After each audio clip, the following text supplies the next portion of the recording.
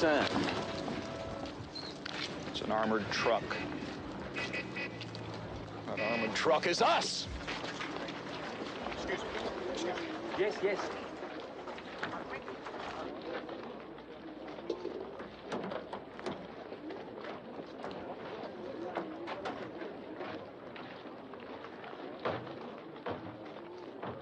Now, where's Herbie? Are you crazy? We're supposed to be in a race, and here you are, guarding the Bank of England or the Crown Jewels or who knows what.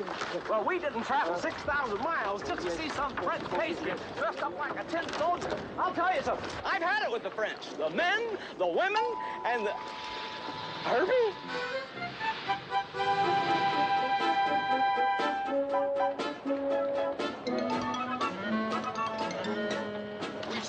From the looks of it, Douglas, you'll be starting and finishing in last place. Okay, there's no time to lose. You've things to attend to.